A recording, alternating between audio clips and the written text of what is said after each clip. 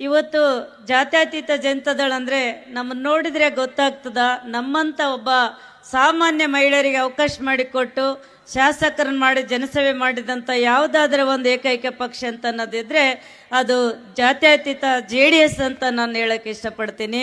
ಹಾಗೆಯೇ ಇವತ್ತು ಎಲ್ಲ ರಾಜ್ಯಾದ್ಯಂತ ನಿಖಿಲ್ ಕುಮಾರಸ್ವಾಮಿ ಅವರು 58 ದಿನಗಳ ಕಾಲ ಅವರು ಒಂದು ಕಾರ್ಯಕ್ರಮವನ್ನು ಹಾಕ್ಕೊಂಡು ದೊಡ್ಡ ಪ್ರಮಾಣದಲ್ಲಿ ಯಶಸ್ವಿಯನ್ನು ಮಾಡೋದು ನಾವು ನೋಡಿದರೆ ಮುಂದಿನ ದಿನಗಳಲ್ಲಿ ಖಂಡಿತವಾಗಲೂ ನಮ್ಮ ಪಕ್ಷ ಅಧಿಕಾರಕ್ಕೆ ಬರೋದು 100ಕ್ಕೆ 100 ಸತ್ಯ ಅನ್ನೋಂಥ ಒಂದು ಮಾತನ್ನು ಈ ಸಂದರ್ಭದಲ್ಲಿ ಹೇಳ್ತೀನಿ.